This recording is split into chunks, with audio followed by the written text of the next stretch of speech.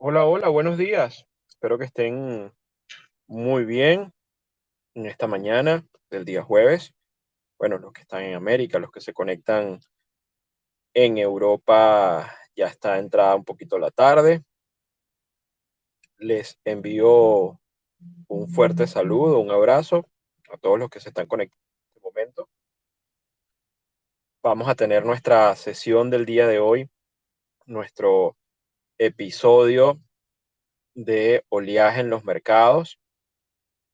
Vamos a esperar por allí que se conecte nuestro invitado, eh, y que va a ser yo creo que va a ser una conversación bien, bien interesante. Como siempre, yo creo que estos espacios han sido eh, este, de mucho valor y de muchísimo valor para la comunidad porque, bueno, escuchamos distintas posturas, distintas cosas. Hoy vamos a hablar un poquito sobre el tema de trading y quizás hablar un poco por nuestro invitado también temas de operativas de corto plazo y eh, hablar probablemente también de Latinoamérica y especialmente de Colombia, que es nuestro invitado el día de hoy, es de Colombia y conoce bastante bien el mercado colombiano. Sin embargo, es un operador de muchos años también en el tema de los mercados americanos, del Standard and Poor's 500, de los principales índices de acciones en el mercado americano. Y bueno, como siempre, la idea es tener una conversación para, bueno, escuchar sus opiniones y entender hacia dónde van las cosas. Pero antes, como siempre hacemos, vamos a hacer un pequeño resumen, digamos, de la situación actual del mercado. Fíjense, los mercados están hoy con buen tono, están rebotando, están, digamos, en un tono positivo después de unas jornadas de correctivas, especialmente desde finales de la semana pasada. Y ahora estamos viendo pues un rally el día de hoy o un rebote en los mercados que viene desde Asia, los mercados rebotando en líneas generales. Hay algunas noticias que los mercados pueden ver como positivas, como por ejemplo, hoy se tiene prevista la firma de esta ayuda o de estos paquetes de estímulo al sector de semiconductores por el lado del gobierno americano. Eh, y esto pues son más de 50.000 millones de dólares. Esto está impactando positivamente el Nasdaq principalmente, que es el índice que más rebota a estas horas. Y bueno, todo el S&P 500 está rebotando. Digamos que estamos teniendo una jornada interesante de rebote. En el plano de los commodities, hemos visto también un rebote al inicio de la semana. Ahora mismo el petróleo está por arriba de soportes claves. Había marcado niveles un poco más altos en la mañana. Hemos conversado muchísimo acerca del tema de, por ejemplo, el deal de Irán, que es un tema súper relevante para el mercado de energía. Lo hemos hablado muchísimo en otros espacios. Eh, y mientras, digamos que existía la incertidumbre de si iba a haber un acuerdo o no en el mercado petrolero, pues digamos que todo el mercado estaba en una etapa de indefiniciones. El mercado ha empezado a descontar la idea de que ese acuerdo no va.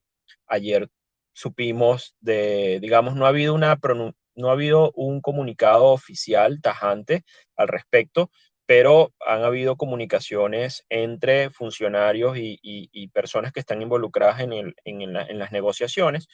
Lo que han dicho es que, bueno, Estados Unidos envió una respuesta dura con respecto a las peticiones de Irán, diciendo que no estaban de acuerdo con estas peticiones. Eh, y Irán ahora, por otra parte, ayer ha dicho que ellos, después de haber tenido una postura bien radical, están diciendo que bueno, que la cosa no es así, que ellos han rechazado de plano el acuerdo. Entonces el mercado también está como un poco con esa incertidumbre. Por otro lado, por el lado del OPEP, ha habido señales que hablan acerca de una posible reducción en la oferta en las próximas reuniones, alegando un desbalance entre lo que es el mercado físico y el mercado de futuros, etcétera. Entonces, el mercado de energía sigue muy digamos, a la incertidumbre de tener claridad acerca del acuerdo iraní. Parece un 90% de que no va a haber acuerdo, pero pueden haber sorpresas, obviamente, el mercado de energía siempre sorprende. Sin embargo, la perspectiva es que de no haber acuerdo, es muy posible que veamos un rally importante en los precios de la energía, sobre todo por temas de estacionalidad. Y esto es una noticia que todo el mundo sigue también, dado el peso y la relevancia que tiene el mercado de energía en las variables de inflación, siendo la inflación la variable que ha castigado con tanta fuerza los mercados en este año 2022. Entonces, bueno, digamos que ahí estamos parados el día de hoy, en una situación pues de mercado con buen tono el día de hoy, especialmente por el área de tecnología, pero no quiero ser yo el que hable el día de hoy. Vamos a iniciar nuestra conversación, que ya estoy viendo por acá conectado a nuestro invitado. Le voy a dar la palabra y aprovecho de ir saludando a las personas que están aquí conectadas, a Rodrigo, a Darío, a Aurora, a Manuel Angulo en Panamá, a Yarol, a Jaime, a mi amiga Alba en España, a Luis Alfredo, que siempre está acá, a Alejo, que creo que está en Argentina, amigo también de la comunidad, a Coro en Miami, a Tony, que no sé dónde anda, pero a lo mejor está en Maturín o en Miami. Bueno, muchos amigos por acá conectados, los saludos a todos los que se están incorporando al espacio. Miren, el día de hoy voy a tener una conversación que estoy súper contento de este espacio porque es una persona que aprecio, que admiro, que vengo siguiendo desde hace mucho tiempo, que tuve el placer de conocer personalmente, ¿cierto? Les hablo Alberto Cárdenas, si no me conocen, Alberto Cárdenas está al micrófono ahora en nombre del Centro de Estudios de Inversión Financiera y bueno, voy a tener esta conversación hoy con Daniel Medina. Daniel Medina, mejor conocido en las redes sociales y con su proyecto como el Trader Roto. El Trader Roto. Este, es un, es un nombre además que a mí me encanta. Tiene un proyecto audiovisual porque Daniel hace un trabajo espectacular en temas de edición de video y de una serie de cosas y quien no lo conoce, bueno, se los presento, vayan a su canal de YouTube, El Trader Roto, en Instagram también. Daniel es un trader de muchos años de experiencia con foco en el mercado americano y también, por supuesto, con su querida Colombia y su mercado local colombiano. Así que, bueno, Daniel, bienvenido a este espacio de oleaje. Muchas gracias por darte el tiempo de tener esta conversación con nosotros. El micrófono es tuyo. Al contrario, muchas gracias al Alberto por la invitación. Yo también tuve el placer de conocer a Alberto ya hace un par de años, justo antes de la pandemia nos conocimos, antes de que ocurriera ese oleaje mayor que nos agarró a todos por sorpresa en 2020. Compartimos un rato muy agradable. También sigo a Alberto hace mucho tiempo. Compartimos muchas experiencias, compartimos nuestra visión en el mercado americano, nos encanta el trading en el mercado americano, entonces digamos que compartimos como esa pasión por los mercados y gracias por tenerme aquí, yo siempre soy, digamos que ávido a hablar de bolsa, me encanta, es un tema que respiro diariamente, me gusta muchísimo. Y sí, los invito a mi canal. He tenido un poquito olvidado este último mes porque pues temas de trabajo y de cosas, pero está por reactivarse. Incluso tengo por reactivar contigo, Alberto, y con otras personas un tema particular para que hablemos en el canal sobre Colombia, que quisiera que ustedes nos contaran su experiencia, porque siento que ustedes, nuestros amigos venezolanos, nos llevan ya años de experiencia en lo que nos está pasando geopolíticamente, entonces creo que esa conversación tenemos que tenerla pronto, pronto, pronto. Pero Claro, aquí estoy para lo que quieran.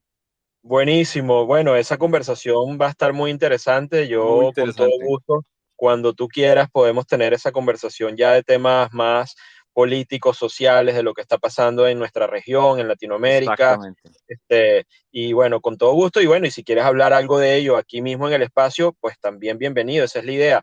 El, la- el, Quisiera comenzar, Daniel, preguntándote un poco también para que la audiencia, quien no te conozca, te conozca, obviamente, y quisiera preguntarte por qué ese nombre o ese apodo o ese nickname de el trader roto. Vamos a empezar No, por allí.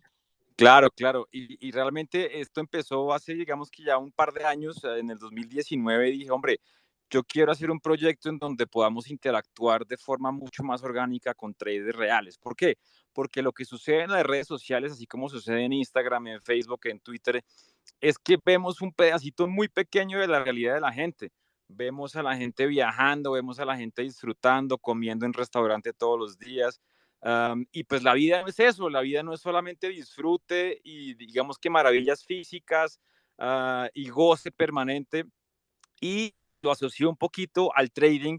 Y en el trading pues pasa exactamente lo mismo, pasa que la vida no es así, la vida no es maravillosa, no todo el tiempo se está ganando.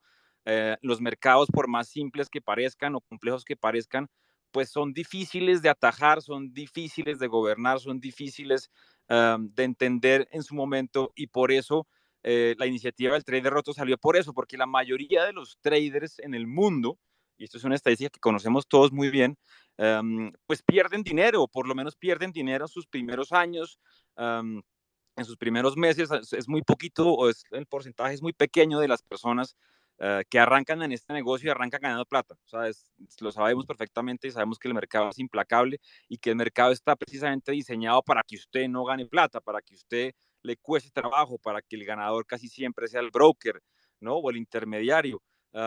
Y romantizamos el tema de los mercados como una posibilidad sencilla de hacer dinero, pero realmente no lo. Entonces yo por eso decía que todos los traders en algún punto de nuestras carreras, y sobre todo al principio de los primeros años, somos traders rotos, porque vivimos rompiendo las cuentas que tenemos en los diferentes brokers internacionales. Esa es la razón. Totalmente. Totalmente, y bueno, la verdad es que no puedo sino apoyar o, digamos confirmar esa idea, un poco también con mi experiencia. Definitivamente, y es algo que nosotros siempre decimos, este es un camino el que decide meterse en el tema de los mercados y exponerse a las fuerzas de la naturaleza del mercado, y sobre Exactamente. todo desde una perspectiva también de corto plazo, ¿no? Porque el trading como tal, como negocio, tiene esa particularidad que está atado a horizontes de temporalidad de corto plazo, donde hay un dinamismo y unas condiciones, además, digamos, muy, muy, muy dinámicas, que tienen un vínculo emocional, o que tienen la posibilidad de generar un vínculo emocional muy fuerte con la gente, y que no es un camino de rosas, es un camino de Exacto. sangre, sudor y lágrimas. Y también, más allá de los inicios, y esto lo puedo decir yo por mi experiencia y también por lo que uno lee, entiende, y experiencias de otros traders, otros gestores, otra gente importante, las pérdidas forman parte de la ecuación de toda la vida de quien está viviendo en los mercados. O sea, en mayor o Exactamente. menor medida, siempre nos vamos a conseguir con pérdidas, pérdidas que pueden ser, como dices tú, lo suficientemente significativas como para rompernos. Exactamente. Y yo creo que allí también hay un proceso donde cada quien vive una historia, y ahí hay un tema personal. ¿Cómo viviste tú la tuya, digamos? ¿Cuál fue ese momento en donde tú dijiste, bueno, me rompí después de esta Sí, experiencia en los mercados? totalmente, Alberto, de acuerdo contigo. Y ahí te añado algo, y es que los mercados no solamente te rompen económicamente hablando, sino te rompen psicológicamente, que es, digamos, que la parte más Correcto. difícil, porque cuando uno pierde dinero, pues digamos que no solamente está la pérdida física del dinero que estás perdiendo y se lo estás entregando a alguien más, sino que psicológicamente te deja un hueco muy grande. Y ahí es donde claudican, o ahí es donde acaban su carrera la mayoría de los traders, y deciden como, no, decir esto no es para mí, porque realmente, pues sí, no es para todo el mundo. Y hay que hacer un camino largo para entender que los mercados hay que aprender a domarlos. Y yo empecé ya hace varios años, ya hace casi unos 15 años en este negocio, en donde los primeros años tuve la fortuna de que digamos que en la Bolsa de Colombia estaba pasando por un momento muy bueno. Y yo me las creí todas porque teníamos ese primer ciclo económico expansivo en Latinoamérica con commodities muy altos. Y la bolsa colombiana solo subía. O sea, lo que hacía en esa época, en el año 2003 a 2005, teníamos Correcto. rentabilidades del 100%, 80% por año. Y cuando usted empieza en los mercados y se da cuenta de que eso pasa, pues usted se cree Dios. Usted dice, hombre, pues esto es facilísimo, esto es comprar y listo. Totalmente. Y ahí empecé, digamos que tuve unas primeras operaciones a punta de suerte en donde nos fue muy bien. Y después ingresé a los mercados financieros estadounidenses justo antes, pues digamos que un par de años antes de la gran crisis financiera global del 2008, y ahí fue el primer remesón. Es decir, empecé a tratar de comprar acciones en los Estados Unidos sin tener el más mínimo conocimiento, sino algo muy, muy básico. Y llega este primer remesón, que es la crisis global financiera, en donde, pues, para los que éramos novatos en su momento, pues, no, era algo inesperado y no sabíamos hasta dónde iba a llegar, ni sabíamos qué esperar. Las noticias eran absolutamente trágicas en el tema financiero, y ahí fue, como le digo yo a la gente, la primera cuenta que yo reventé en mi vida en un broker internacional, y en cuestión de semanas, o sea, en cuestión de semanas, y esto creo que nos ha pasado a muchos, vi pasar mi cuenta de 100 a 0, básicamente. Y yo siempre le cuento la historia a la gente de que las acciones que compré en su momento y que dije, hombre, esto no puede pasar, y esto se va a recuperar y esto es imposible que suceda, fueron acciones de Bear Stearns que compré en su momento a $18. La acción ya venía Wow, bajando de casi qué ojo, qué 120. ojo. Sí, Berster, sí. ¿Qué tal el ojo, no? Y entonces yo dije, no, increíble. imposible que el quinto banco de inversión americano se vaya a reventar, pues yo creo que ya $18 es un precio maravilloso, y puse ahí el 80% de lo que tenían en dinero, y pues ya todos sabemos cómo la historia de Bear Stearns y Lehman Brothers en su momento. Entonces fue el primer sacudón que tuve yo en mi vida financiera. Y dije, hombre, esto es para machos. De verdad que yo digo que pues, la vida me trajo esa oportunidad de aprender en ese momento, y aprende uno con sangre y con dolor. Y por eso les digo que siempre, ¿no? Tiene uno como esa primera experiencia. Y después vinieron otras, ¿no? Digamos que después vino la crisis de Grecia también en el 2011, que también me pegó un sacudón berraco, porque teníamos como otra expectativa. Y durante mi carrera he tenido uno o dos o tres sacudones duros, que me han enseñado, y me han enseñado muchísimo, y he aprendido a reevaluar mi estrategia y en qué momento compro, cómo compro, porque en esto no para de aprender. Pero para resumirles, ese fue mi inicio. Imagínense uno empezar en los mercados financieros justo un añito antes de la gran crisis financiera global, y pensar que uno era porque en Colombia las acciones solamente subían. Pues eso es lo que sucede. Esa es mi historia, mi querido Alberto. Wow, bueno, muy, muy interesante. Y quiero ir más con esa Claro. historia. Después, después de que, digamos, empezó y bueno, pusiste, y esto le pasó a mucha gente, yo recuerdo en medio de la crisis financiera del 2008 cómo caían las acciones de Citibank, ¿no? El Impresionante, banco, sí. y venían cayendo, y yo recuerdo claramente cómo, por ejemplo, un fondo árabe y unos árabes empezaron a anunciar compras cuando el precio de la acción de Citi yo la recuerdo en los 58, $60. Por supuesto, estamos hablando antes de los splits y todos los cambios que se Sí, hicieron post eso crisis. te iba a decir, te interrumpo, la acción del City nunca se recuperó. Si tú miras antes de los splits, Exactamente, te vas a dar cuenta que vale los mismos $5 que costaba exacto, post-crisis, ¿no? Sí. correcto. Exacto, cuando hablo de $50 no son los de ahorita, sino eran los de verdad antes de los Exacto, splits. tal cual. Y esa acción empezó a caer a 40, 30 en medio de la crisis, 25, 28. Yo recuerdo que cuando la acción llegó como a 15, salió un grupo árabe diciendo unos árabes y uno decía, bueno, estos árabes empezaron a comprar como unos tiburones la acción de Citi porque nada puede caer. Y de ahí en adelante la vimos caer a 14, a 13, a 12, a 10, a 9, a 8, a 7, a 6. Y en el calor de la crisis por debajo de uno en Exacto, centavos. Este, impresionante. y esa gente nunca recuperó su plata. Esos árabes, bueno, no sé qué otro deal habrán hecho, pero digamos que imagínate si te pasó a ti, pero le pasó también a fondos gigantes de mucho dinero, Exactamente. que perdieron mucha plata. Por supuesto, hubo otros tiburones como el mismo Warren Buffett que aprovecharon y compraron Bank of America y estos Me acuerdo bancos. que compró Y, Goldman Sachs en su momento, ¿no? Warren Buffett sí, también, sí. correcto. Ujú. Entonces, ok, pasó eso, te pasó el tema de Bernstein, vino la crisis, empezaste a perder dinero, volaste la cuenta en medio de esa situación. ¿Cómo después de eso, obviamente, por supuesto que te debes sentir mal, te tienes que sentir mal, es un shock difícil?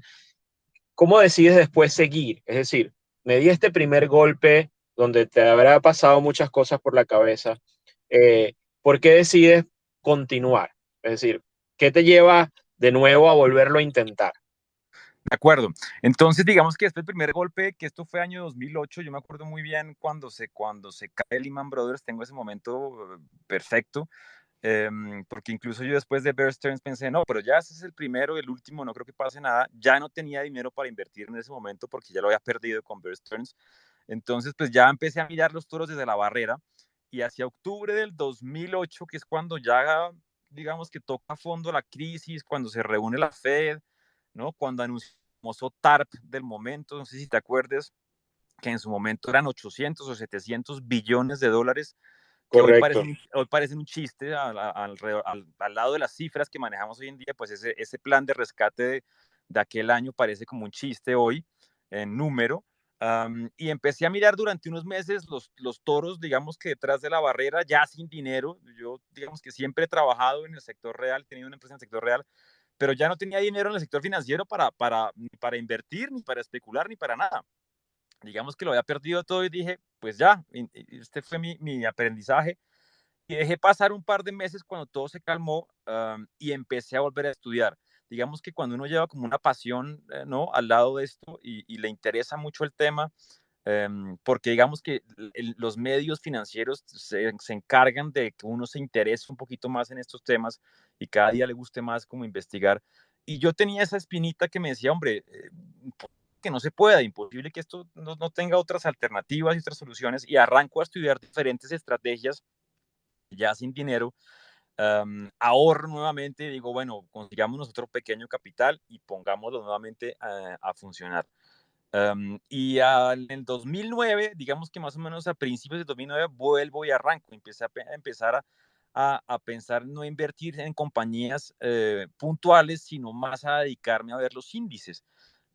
Y empezó a funcionarme el tema de los índices mucho mejor que escoger, digamos que compañías individuales. Y dije otra vez, ahí arranco, empecemos nuevamente como el deportista que se cae y vuelve y arranca, pues ese fue como mi motivación y año 2009 volví a arrancar. Um, lo aclaro, tampoco me fue bien en el 2009, es decir, me fue mejor que en el 2008, evidentemente, pero todavía mi curva de aprendizaje estaba, ¿no? Inicios. Entonces uno cree que ya después del primer golpe uno se las sabe todas y tampoco se las sabe todas. Y los mercados se encargan de eso, los mercados se encargan de hacerle saber a uno que uno no se las sabe todas y que siempre hay que andar con cautela y, como digo yo en mis tweets, en los talones o en las puntas de pie, porque es la clave. O sea, hoy en día siento que la clave es siempre estar en puntas de pie, esperando que uno se puede quemar en cualquier momento y tratar de evitarlo, ¿no? Tratar de saltar rápido de la candela para no quemarse. Ahí fue como el siguiente arranque, mi querido Alberto. buenísimo. Y entonces después esa experiencia te llevó a estudiar mucho más los índices Uh y -huh. ahora veo que tú eres un trader muy activo siguiendo, por ejemplo, el SP 500. Exactamente. eh, y creo que es tu índice de referencia o tu mercado de referencia, por lo menos del mercado americano. Y ahora, digamos, nos puedes contar un poco, Daniel, cuál es tu aproximación hacia el mercado, qué es lo que haces, producto de un poco, bueno, las experiencias de aprendizaje, los golpes, etcétera. ¿Cómo está hoy tu estrategia o, digamos, cómo te enfocas para enfrentar los mercados al día de hoy? Claro que sí. Entonces ahí les hago un resumen de lo que entendí después de muchos años y es que obviamente esto ya hoy se entiende más fácil, pero en esa época no tanto, y era la diferencia entre invertir y hacer trading, ¿no? Que son cosas, digamos que pues similares, pero Perfecto, diferentes. El que correcto. invierte, digamos que le gusta buscar compañías o mercados con mucho valor, tener paciencia, esperar que el valor se manifieste durante el tiempo. Es una tesis bastante válida, mucha gente lo hace. Benjamin Graham es el, digamos que el referente, el mismo Warren Buffett, Ray Dalio, bueno, hay muchos referentes grandes de inversores value, porque para mí digamos que invertir es eso, es buscar valor en diferentes títulos, acciones, compañías y esperar a que se dé. Y tiene uno que tener paciencia para de pronto aguantar pérdidas, ¿no? Y saberse reinventar para saber si el valor sigue estando presente o no estando presente.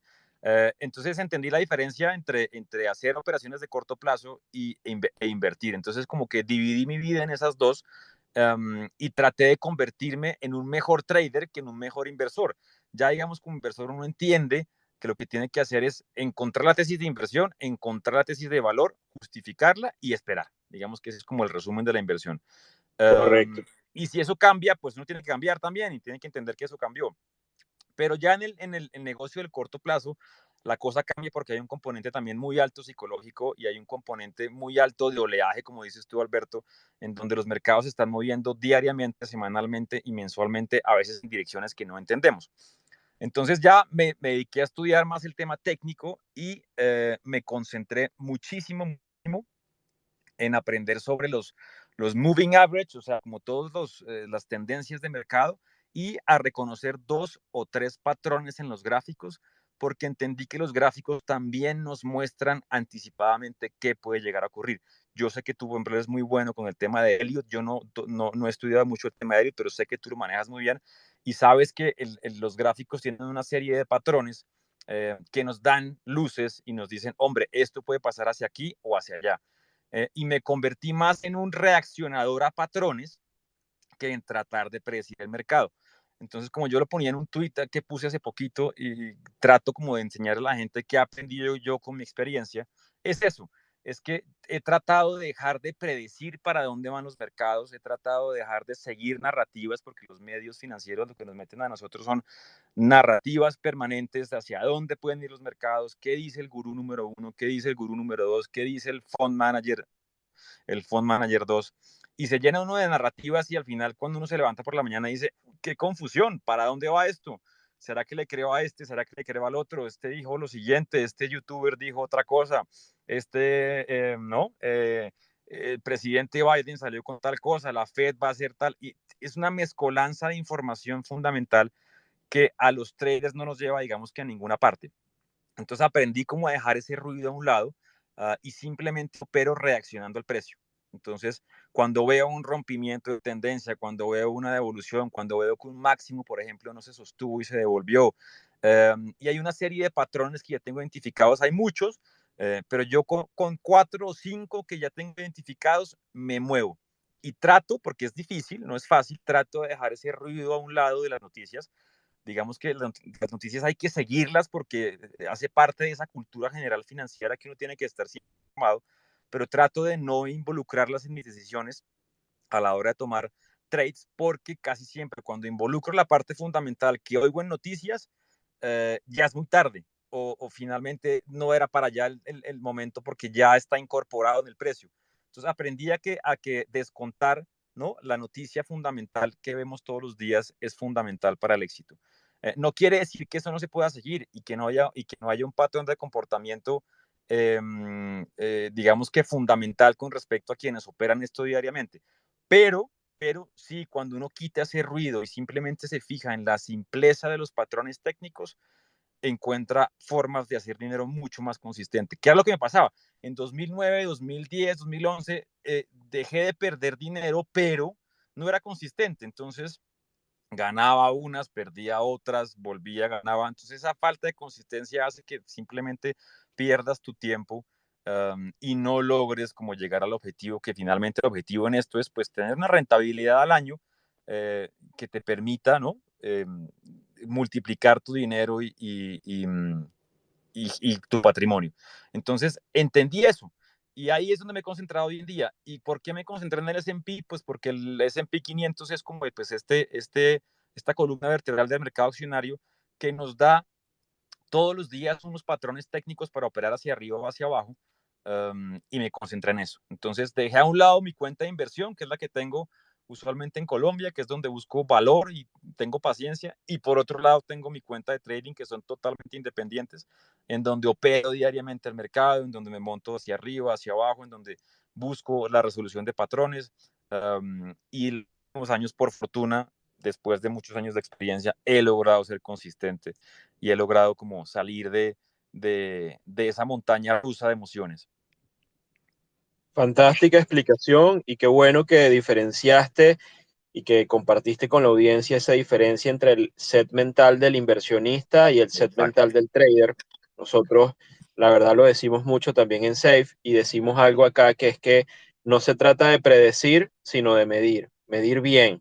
Entonces, Exacto. Y es un poco lo que tú estás explicando y la verdad es que ese momento, cuando uno realmente te das cuenta que haciendo una buena medición y que no hay que anticiparse, que no hay que predecir, que no hay que pronosticar, sino simplemente entender que esto es digamos, una dinámica de probabilidades y entender bien lo que es rojo y lo que es verde y lo que es negro,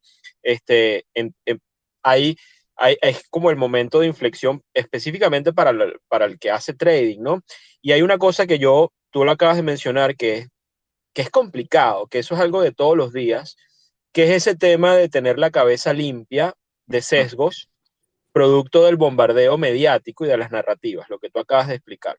¿Tienes algún truco para mantenerte enfocado en lo que te explica lo que tú ves en tu pantalla y no un sesgo producto de las noticias que leíste el día anterior, de un view que fuiste construyendo, incluso del propio view que puedes tener como inversionista de Exacto. cara a tu cartera de inversión? ¿Cómo haces desde el punto de vista psicológico para, eh, es casi como estar en un estado zen, ¿no? En el tema del Exacto. trading, Exacto. Es poder difícil. Además, vaciar la hoy en mente, día, liberar el mono, como dicen los orientales. exactamente. No, y además hoy en día es peor, porque no solamente tenemos, digamos que los canales de televisión famosos como Bloomberg o como CNBC o como Fox Business o como esos canales en donde nos hablan todo el día de temas financieros, sino tenemos Twitter. Entonces, Así es. pues Twitter es una grandísima, enorme herramienta. Yo lo quiero mucho, mi red social preferida, porque tiene a la mano pues toda la información de cientos de personas que se dedican a esto, de miles de personas. Entonces, claro, el ruido se multiplicó. Y no solamente ya es el gurú que entrevistan en televisión o el gurú que entrevistan en la prensa, o el director de fondo o el gerente del Banco Central o lo que sea que está entrevistando el medio común, sino tenemos Twitter y en Twitter está la opinión de gente muy buena, de gente no tan buena, de gente desconocida, del parroquiano común y corriente que tiene su misma opinión y que contribuye con el ruido. Entonces lo que hago yo, y es la estrategia que uso, digamos, todas las mañanas, y he tratado como de establecer una rutina, y es levantarme, y lo primero que hago cuando me levanto, después de tomar agua, hacer algo de ejercicio, es mirar qué pasó afuera, qué pasó en Europa y qué pasó en Asia, sin mirar todavía noticias, cómo se comportaron esos mercados afuera, y ahí ya me doy una especie de view de lo que puede suceder en el día en los mercados americanos. Entonces, digamos que lo que sucedió en Europa y lo que sucedió en Asia es como mi primer acercamiento a los mercados. Todavía no he leído nada, no he mirado nada. Y empiezo a mirar el gráfico del S&P, del Nasdaq y del Dow Jones, esos tres gráficos, antes de leer cualquier noticia, antes de prender cualquier medio y tratar de pintar mis objetivos y mis líneas técnicas y decir, hombre, ¿qué pasa? Como me volví un trader reaccionario, digo, ¿dónde están mis soportes? ¿Dónde están mis resistencias? ¿Qué pasa si sucede A y qué pasa si sucede B? Entonces digo, ¿qué pasa si se rompe al alza esta resistencia? ¿Qué pasa si se rompe a la baja este soporte? Y pinto mis líneas, en eso me demoro 20 minutos. Y una vez ya tengo digamos que este mapa técnico sencillo que hago con el gráfico diario, eso quería explicarles, digamos que mi columna vertebral en casi todos los activos que opero es el gráfico diario. Y después me paso al gráfico de una hora, incluso al de 15 minutos para poder tomar decisiones, pero digamos que el gráfico que más pinto es el gráfico diario, es el que más comparto en mis redes cuando les doy mis views técnicos, digámoslo así. Después de que hago eso, ya ahí sí me pongo a leer y digo, hombre, ¿qué pasó? ¿Qué noticias hay? Prendo CNBC, oigo lo que están hablando, cuál es la narrativa. Y también me he dado cuenta que cuando la narrativa es muy fuerte, o sea, cuando todo el mundo está hablando de algo, cuando todo el mundo está comentando el mismo tema, usualmente eso ya está descontado en el precio de los activos y de los mercados o está muy cerca de estar descontado. Entonces, claro, los medios generales lo llenan a uno de noticias y de ese bombazo de cosas que cuando ya todo el mundo está comentando el mismo tema, usted tiene que preguntarse y decir, hombre, hacia aquí, hasta aquí puede estar llegando esto. O sea, hasta aquí puede estar llegando esta narrativa y estamos a punto de cambiar de narrativa.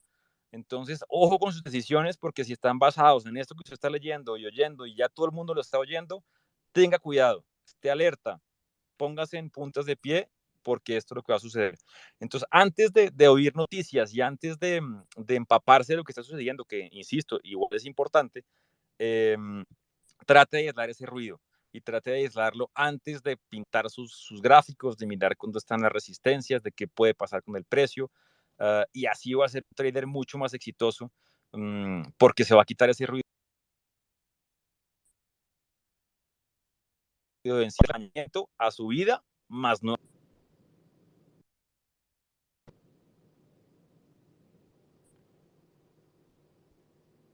A ver. Se cortó, Ok. perdón, ¿sí?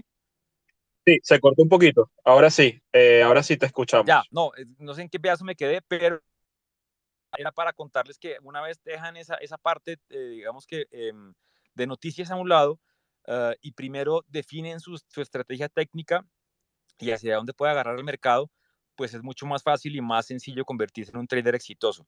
Yo me volví, como les cuento, reaccionario y simplemente si pasa, yo escribo en un papel, si pasa A, hago A más uno, si pasa B, hago B más uno.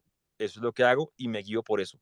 Y otra cosa que me sirvió muchísimo también, que era un error que cometía muchísimo en mis primeros años en este negocio, era sobre tradear. Yo sé que esto lo han oído en muchas partes, pero es un error que uno comete todo el tiempo. ¿Por qué? Porque la adrenalina que produce tomar un trade es enorme, es gigantesca. Uno cuando entra a un trade es esa dopamina que se llena el cerebro, ¿no? De emoción, de decir cuánto puedo llegar a ganar, etcétera, ¿no? Pero usualmente nunca está el cuánto puedo llegar a perder. Entonces, eh, menos emoción tenga el trading, mucho mejor. Yo entendí eso. Claro, al principio es delicioso, es una delicia ese impulso cerebral que tenemos químicamente para tomar trades y sentir esa emoción, pero entre menos se siente emoción y más se sienta como una ecuación matemática, es mejor. Y no me refiero a lo complejo que pueda llegar a ser como ecuación, no, sino que entre más entienda uno que 2 más 2 es igual a 4 y debo quitarle la emoción a eso, funciona mucho mejor. Entonces, ahí fue donde yo me volví un trader consistente y aunque cometo errores todavía hay días en que la emoción me gana, todavía hay momentos en donde cometo errores porque me dejé llevar por la narrativa. Digamos que eso sucede muchísimo todavía, pero entre más logre uno controlar eso como ser humano, pues mucho mejor. Por eso es que los grandes pues operan con modelos matemáticos tan impresionantes y con algoritmos tan definidos porque saben que el robot pues se quita esas emociones que tenemos los seres humanos. Extraordinarios consejos, Daniel. La verdad es que los comparto y me encanta que los compartas de una manera tan abierta y con tanta generosidad. Son claramente fruto de la experiencia y creo que son de mucho valor para la comunidad, especialmente para los que están haciendo trading. Y te pregunto, ¿tu operativa está enfocada únicamente en el S&P o ves otros mercados aparte del S&P? Veo otros mercados, sí, el S&P digamos que se me toma el 70-80% del tiempo. De vez en cuando veo oportunidades, tomo posiciones en acciones individuales. Y cuando veo algo muy, muy claro y digo, hombre, esta oportunidad no la puedo dejar pasar, ahí entro, pero no es en mi core de trading como tal. Entonces, digamos que sí, mi foco es el S&P 500. También uso un pedazo de mi tiempo para mirar divisas porque me gusta mucho el dólar. Yo no sé, algunas lo hablé contigo. Y tomo también trades en algunas de las divisas porque aprendí también a entenderlas de la misma forma. Y aunque las divisas son un poquito más volátiles que los índices, también dan oportunidades de entrada y salida intradía porque manejan exactamente las mismas emociones y los mismos patrones que manejan los índices. ¿Qué pasa con los índices y por qué me gustan los índices? Es porque estoy eliminando el riesgo individual de compañía. Es decir, si mañana el presidente no sé, de Apple sale a decir que no van a producir más iPhones, entonces pues la acción de Apple se cae el 50%, pero puede que el S&P no se caiga al 50, sino se caiga al 20 o se caiga al 25. Entonces, cuando uno opera índices, en mi humilde opinión, estoy quitando ese riesgo particular de lo que le puede suceder a una compañía individual, que es cuando uno ve, ¿no? En los reportes de ganancias y pérdidas que una compañía o sube el 20 o el 30% o cae el 20 o el 25 o el 40 dependiendo de lo que su CEO dijo, de lo que su CFO dijo o de que su producto estuvo bien posicionado, mal posicionado, bien vendido, mal vendido, sus expectativas, los forecasts. Bueno, digamos que ese riesgo individual de compañía lo elimino un poquito con los índices y me quito esa preocupación de estar pensando qué va a suceder con esa compañía.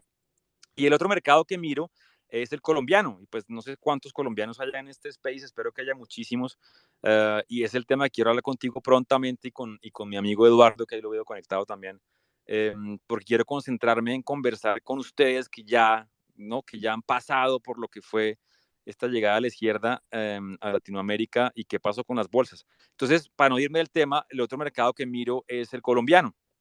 El colombiano es un mercado muy interesante, muy líquido, digamos que muy ineficiente comparado con el mercado de mercados desarrollados, pero que tiene también oportunidades maravillosas y hemos tenido un proceso como de sequía en ese mercado colombiano desde incluso antes de la pandemia, que se acentuó la sequía con la pandemia. La bolsa colombiana es una bolsa muy pequeña que tiene no más de 30 títulos, digamos que se operan todos los días. Me atrevería a ser que menos y que 10 o 12 son líquidos y los demás son ilíquidos. Um, y que obviamente no solo la pandemia, sino la situación política terminó ese proceso de sequía en los mercados y hoy estamos viviendo una época muy difícil en los mercados financieros colombianos de muchísima incertidumbre, con muchísimas oportunidades fundamentales. O sea, si uno mira los fundamentales de las empresas colombianas que cotizan en bolsa, pues en su gran mayoría están muy sólidos, muy buenos y los precios de las acciones no reflejan esos fundamentales. Hay una incertidumbre política gigantesca como lo hay en toda Latinoamérica, estamos dando un giro impresionante. Yo siento pasando como por ese ojo del huracán y no sabemos qué va a suceder. Entonces son esos tres mercados en los que me concentro. Algo de divisas, muchísimo el S&P 500 y el Nasdaq, y pues mi mercado colombiano, pues porque es mi país y pues porque uno tiene como su corazón aquí y todavía le cree a esa institución financiera que es la Bolsa de Valores de Colombia, que como les repito, estamos pasando por un momento bien, bien, bien complicado, y la incertidumbre reina en este momento.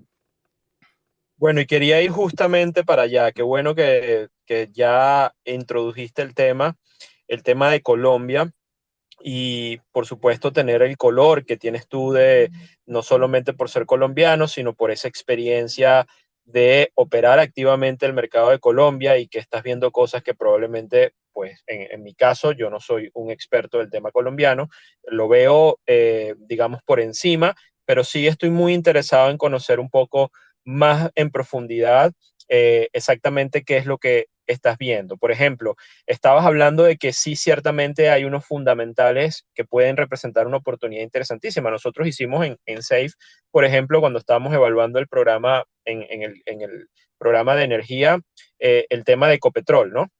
Y Claro, vimos los claro. números impresionantes, vimos este año ha sido increíble en términos de generación de retorno, en términos de, bueno, creo que ha sido récord en muchos aspectos desde el punto de vista fundamental. Y ahora, bueno, hay otras, con este nuevo gobierno, ahora el tema de los impuestos, el tema de las nuevas cosas que pueden venir, pero quiero ser, no quiero ser yo, quiero que seas tú que nos cuentes un poco qué cosas, cómo estás viendo Colombia y qué oportunidades desde el punto de vista fundamental. Entiendo que técnicamente hay una realidad y ya eso quizás podemos hablar, pero ¿qué estás viendo como interesante desde el punto de vista de los fundamentos? Pues bueno, con Colombia tengo un Eh, sesgo, Perdón, evidentemente. esto de la perspectiva de inversión, ¿no? Claro, claro. Sí, Sí. en Colombia es difícil hacer trading. Yo siento que es muy complicado porque por la iliquidez, digamos, que presenta el mercado colombiano, por lo pequeño que es, por el número de participantes, digamos que hacerle trading a Colombia es difícil, o en mi opinión, habrá gente que lo haga, pero es difícil, no es fácil como hacerlo en el exterior donde la liquidez es abunda.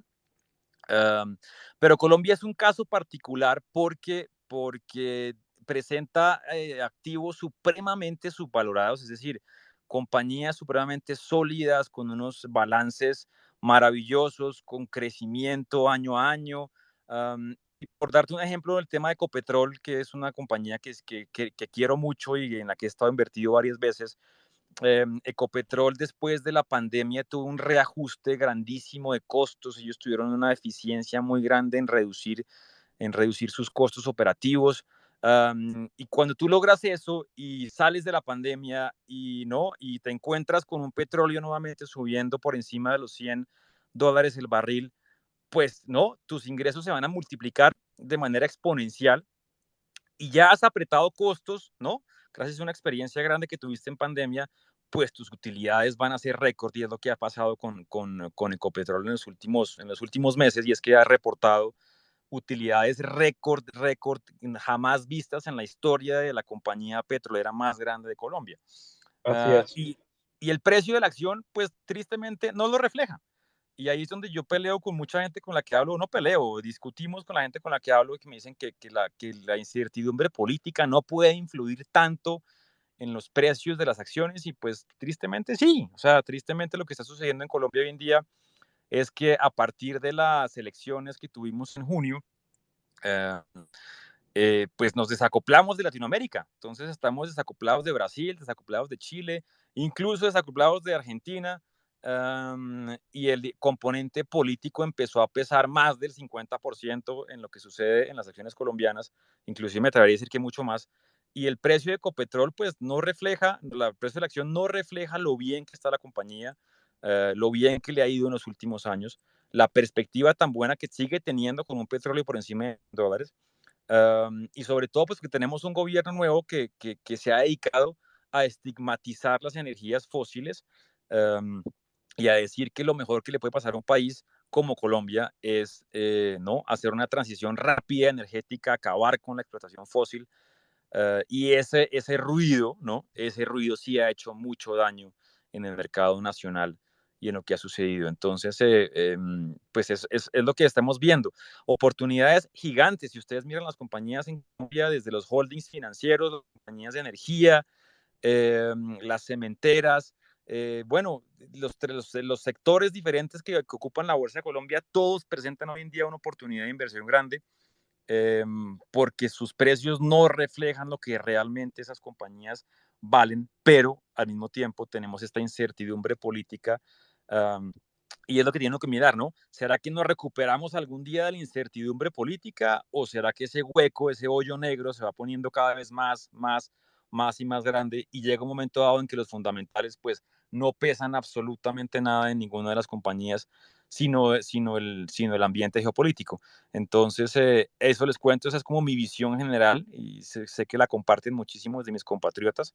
Nos sentimos obviamente muy tristes y decepcionados de que las inversiones que tenemos en Colombia pues se ven, ¿no? Disminuidas, no se ven las rentabilidades, eh, no se ve el apetito tan pequeña, pues evidentemente si no hay apetito institucional y si no hay apetito de extranjeros por venir a comprar en Colombia, pues difícilmente los precios se van a recuperar. Eh, Todavía tenemos la esperanza de que eso suceda, de que los fundamentales algún día brillen y tengamos precios mucho más atractivos. Pero nuevamente, hasta no decantar y hasta no quitarnos esa incertidumbre política, no solamente en Colombia, sino esa incertidumbre política global y regional, pues las oportunidades no se van a concretar. De acuerdo. Es que el cambio que están viviendo ustedes como país realmente es muy significativo. Un cambio estructural de fondo que tiene un potencial, bueno, digamos, creo que es lo que están ponderando los institucionales, etcétera, porque la línea de ahora del nuevo gobierno es radicalmente distinta a lo que eventualmente venía ocurriendo en Colombia. Entonces, este, ¿cómo lo estás tú, Daniel, cómo lo estás digiriendo, este cambio y esto que está ocurriendo en tu país? Por supuesto, esto no, yo trato de ser lo más neutral desde el punto de vista político, aunque nosotros, como saben, todos somos animales políticos y tenemos experiencias en nuestros países, pero en tu caso particular y sobre todo también hay cosas como, por ejemplo, la inestabilidad cambiaria que ahora llega a la región, que se está viendo el impacto del dólar fuerte o las devaluaciones en la moneda, en las monedas locales, que como bien sabes también obedece un tema macro global, pero también hay un impacto del tema local. ¿Cómo lo estás viviendo tú, esta situación local en Colombia y tu grupo, tu gente a tu alrededor? Un poco, ¿cuál es el Exacto. sentimiento? Pues les cuento un poquito de sentimientos. Sentimientos sí es bien negativo y digamos que sin ánimo de ofender, se nos juntó como Guatemala con Guatepeor, como decimos en Colombia. Y eso quiere decir que pues, se nos juntó la incertidumbre política que tenemos hoy en día en nuestro país y adicionalmente a eso se nos juntó esta coyuntura de un dólar muy, muy, muy fuerte a nivel global, ¿no? De este apetito por tasas y por rentabilidades que digamos que la Reserva Federal y los bancos centrales han encargado de avivar el fuego de esto. Y ese dólar fortísimo a nivel global, pues repercute en el dólar muy, muy fuerte en Colombia también, porque somos una moneda, pues finalmente, pues mucho más débil que cualquier otra. Y hasta no tener eso decantado, pues no vamos a lograr, ¿no? Tener las variables para que las compañías colombianas se desenvuelvan como deben desenvolverse. Te contesto la pregunta y es, el sentido en lo que uno vive aquí en Colombia es negativo. Es decir, la mayoría de personas en Colombia hay una crisis grandísima en cuanto a la expedición de pasaportes. Hay una crisis muy grande migratoria, digámoslo así. Hay mucha gente con ganas de salir del país, un poquito angustiada, ¿no? Viendo que podemos llegar a tener comportamientos similares a otros países de Latinoamérica que ya los han tenido. Hay un susto generalizado. Y aunque ya ha bajado un poco, pues eso sí llevó también al dólar a comportarse de manera muy, muy alcista en Colombia. Hemos logrado como corregir esa divergencia un poco, ya el pánico ha bajado un poquito, pero sí, todos estamos hoy en día posicionados como para cualquier cosa, hasta yo estoy inclusive diciendo, hombre, quisiera tener todavía más exposición a mi portafolio en dólares, tengo todavía mucha exposición en Colombia, y al tiempo, ¿no? Esa incertidumbre que te dice, pero hombre, estas valoraciones tan absurdas que hay en Colombia, estos precios tan atractivos de compañías que te están prácticamente regalando la mitad del precio, a mitad de precio, a 60% de descuento, ¿no? Entonces uno dice, hombre, ¿cómo no aprovechar estos precios? ¿No? Y esa disyuntiva que vives diariamente entre buenísimos precios, oportunidades atractivas, ¿no? Y decir, hombre, pero esto se puede quedar así de por vida. Y podemos quedarnos así 5 años o 6 o 7 o quién sabe cuántos y acabar con el mercado nacional. Entonces, pues en eso vivimos todos los días y yo no sé si lo comparten mis colegas, pero vivimos en eso todos los días, en esa disyuntiva de grandes oportunidades, pero una incertidumbre emocional, política gigantesca. Bueno, créeme que te entiendo. Este, eh, ahora, Daniel, un poco aprovechando y esta conversación ha ido volando, el tiempo a mí se me ha pasado rapidísimo, ha sido de verdad súper agradable, interesante conocer un poco tu perspectiva y entender, nos diste una clase también de enfoque de trading de corto plazo. Te quiero preguntar, bueno, háblanos un poco acerca de tu proyecto, para los que no lo conocen, el tema específico del proyecto del trader roto. Has hecho entrevistas a otros traders reales y los has puesto en tu canal de YouTube, que yo de entrada les digo a todo el mundo, les recomiendo que vayan y busquen el canal de Daniel en YouTube, el trader roto, para que vean el trabajo. Son entrevistas muy bien hechas a diversos personajes. Cuéntanos un poco de eso y las otras cosas que tienes en mente hacer, bueno, para un poco para que la audiencia pueda conocer más de Daniel y seguir el trabajo que vienes haciendo. Este ¿Aló? proyecto incluso, ¿Estás por allí? ahí me escuchan, ¿me escuchan? Aló, hola, Ahora hola. sí, ahora sí, ahora sí, Ya, se perdió un poquito la señal. No, lo sí, que quería ahora sí. contarles era básicamente que fue un proyecto que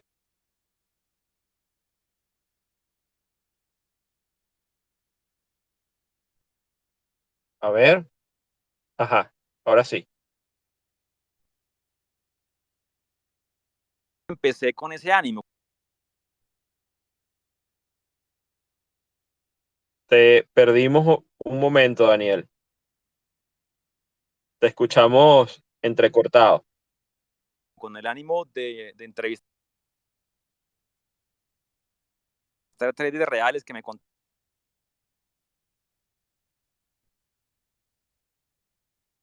de sus pérdidas, de sus fracasos.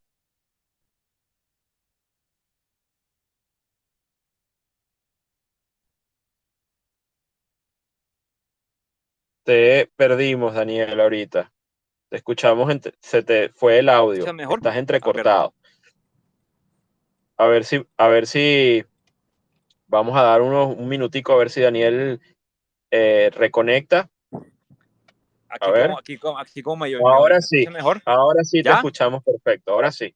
Ya, listo, listo. Entonces, lo que les contaba era que era un proyecto que arranqué con la idea de que la gente entendiera que el trading no es fácil, que la tolerancia a la frustración de las pérdidas es algo que hay que manejar muchísimo. Y pues mi proyecto arrancó pensando inclusive en entrevistar a la gente más real posible.